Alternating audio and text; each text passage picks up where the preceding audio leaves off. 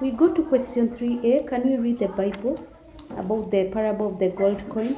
In Luke chapter 19, verse 11 to 27. As he had this thing, he proceeded to tell the crowd, because he was near to Jerusalem, and because they supposed that the kingdom of God was not yet come. He said therefore, a nobleman went into a far country to receive a kingdom, and then returned.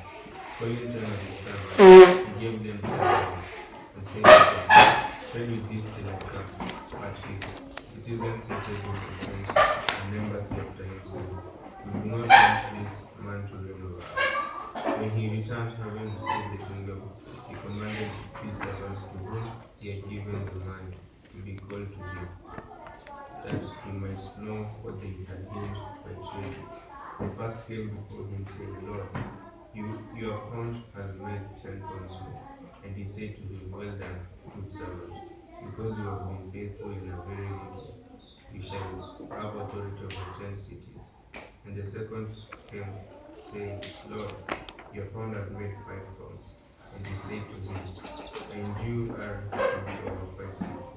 Then another came, saying, Lord, this pound which I kept laid away in your for I was afraid of you, because you are a severe man. You take up what you did not lay down, and reap what you did not sow. He said to him, I will condemn you out of your own mouth, you wicked servant. You knew that I was a severe man, taking up what I did not lay down, and reaping what I did not sow. Why then did you not put my money into the bank? And at my coming I should have collected it with interest.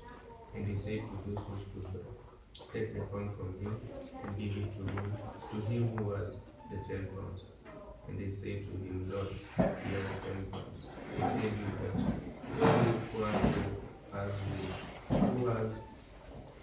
I tell you that to everyone who has will more be given, but from who has not, even what he has will be taken away.